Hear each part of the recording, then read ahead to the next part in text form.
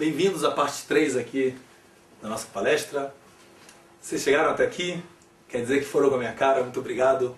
Vocês entraram direto aqui na internet, pode entrar no terceiro link. Também agradeço que você está aqui. Pode voltar depois se você gostar de 1 e 2 também. Vamos continuar com a nossa pergunta sobre a diferença que tem entre o judaísmo para outras religiões monoteístas. Então, um dos problemas que a gente tem hoje em dia é a diversidade de fontes e de cores diferentes que você tem dentro do judaísmo. Você encontra vários tipos de pessoas, cada um falando o que pensa sobre o judaísmo, e a gente fica perdido para saber, será que tem uma opinião única no judaísmo? Uma opinião que você possa verificar as fontes dela? Será que tudo é da cabeça do que os rabinos estão falando?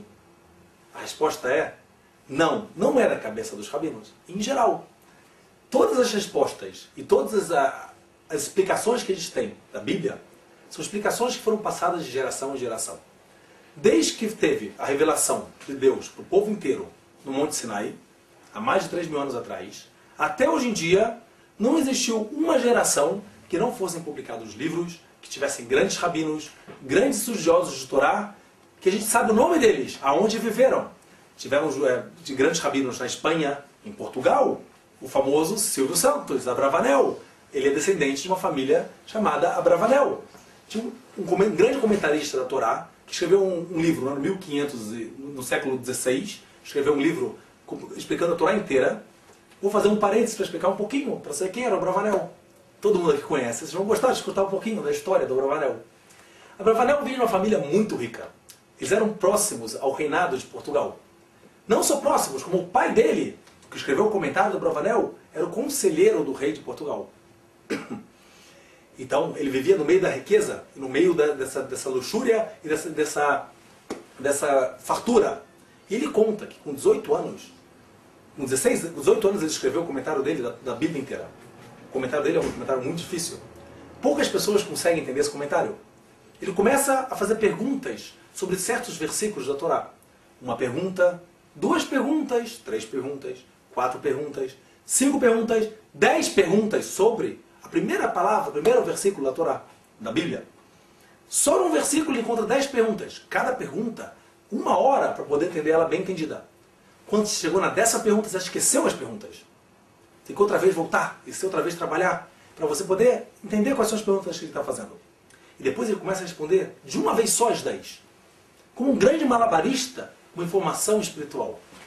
E isso daí ele escreveu com 18 anos de idade. E ele conta que com 15 aos 16 anos, ele foi expulso de Portugal, a família dele toda. Ele ia andando de um país para outro, exilado da Espanha para Portugal, para o sul da Itália, e não tendo como dormir muitas noites no mesmo lugar. E durante esse período, com 16 anos de idade, ele escreve um comentário profundo como esse da Bíblia. Isso é um exemplo no século XV, século XVI. A gente tem vários exemplos em todos os séculos, desde que a Torá foi revelada, desde que a Bíblia foi revelada no Monte Sinai. Nós temos livros de profetas que foram escritos na terra de Israel. Nós temos livros de reis, que são, por exemplo, Salmos, que vocês conhecem, escrito por Davi, o rei Davi. A gente tem livros escritos pelos filhos do rei Davi, que é o Salomão, os Provérbios, por exemplo. Nós temos livros escritos na época da destruição do Segundo Templo, como o livro de Esther.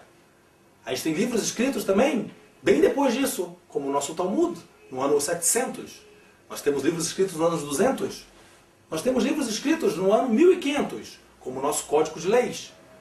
Todas as gerações, todos os anos, você pode encontrar o nome dos rabinos, os livros que eles escreveram, de uma corrente eterna, passando de geração em geração. Essa corrente que nunca se quebrou. Uma corrente que você pode verificar comigo aqui, ou com outros rabinos, em outros lugares, perguntar, como me mostra, por favor, um livro do ano 1200?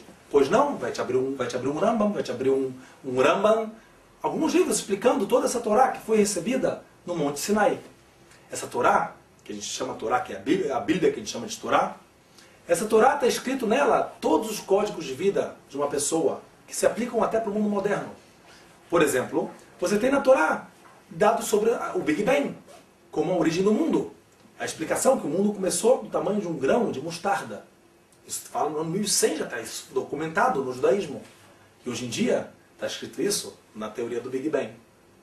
Uma coisa engraçada que vale a pena eu salientar aqui, que um dos problemas que a gente tem para poder se entregar e se aproximar e querer conhecer o judaísmo, a gente acha que existe uma certa contradição entre os livros que a gente tem no judaísmo e os livros que a gente aprende de ciência. Mas não é verdade. Não é verdade isso. A ciência, quanto mais ela está avançando, mais ela está ficando sem contradições com o judaísmo. Vocês sabiam que quando o Big Bang foi colocado na prática, a primeira teoria foi comprovada em 1950, com um judeu que ganhou o prêmio Nobel por essa comprovação da teoria? Os cientistas não queriam acreditar nisso. Nenhum cientista queria acreditar na teoria do Big Bang. Por quê? Qual o problema? Big Bang, pum, aconteceu. Qual o problema do Big Bang? O problema era que, segundo essa teoria, o mundo teve um princípio. Isso é que a ciência não queria aceitar. As pessoas queriam acreditar que o mundo sempre existiu. De repente vem a ciência e prova que não. O mundo não foi sempre que existiu. Teve um princípio. Quando o tempo foi criado, quando o mundo foi criado.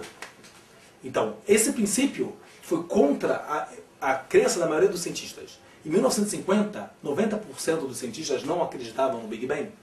Em 1970, segundo pesquisas que fizeram, 40% dos cientistas não acreditavam no Big Bang. Em 1980, já 10% somente não acreditava. E hoje em dia tem 1% ainda que não acredita na teoria do Big Bang. Ou seja, é uma teoria muito religiosa, uma teoria que fala que teve um princípio. Como pode ser que a matéria vai se autocriar? Como o princípio pode criar a si mesmo? Isso vai contra a lógica. Uma coisa que vai criar a si mesmo, ela tem que existir antes de ser criada, que é impossível. Como uma coisa que não existe vai se criar?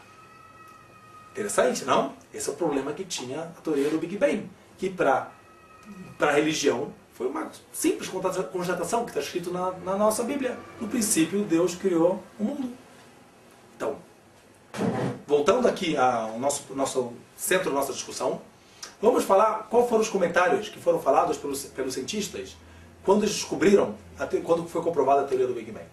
Ele fala o seguinte: para mim, foi como escalar uma montanha, ao longo de anos trabalhando e vendo que caminho eu vou seguir, por onde eu vou para escalar uma montanha. Quando eu chego lá na montanha, eu encontro todos os religiosos sentados tomando uma sorvete, uma Coca-Cola. Eu pergunto, como chegaram até aqui? Eles falam de teleférico. Tem teleférico do outro lado da montanha. O que fala esse cientista famoso? Esse cientista fala o seguinte: o meu próximo caminho que eu senti, o único lugar que eu podia encontrar informações a mais para o que eu estava buscando, seria na Bíblia.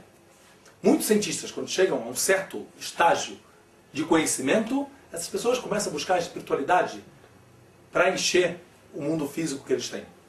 Então, agora vamos passar para a última parte, que seria a introdução para as próximas palestras, que seria como a Torá e a Bíblia entram nesse contexto do que a gente está falando.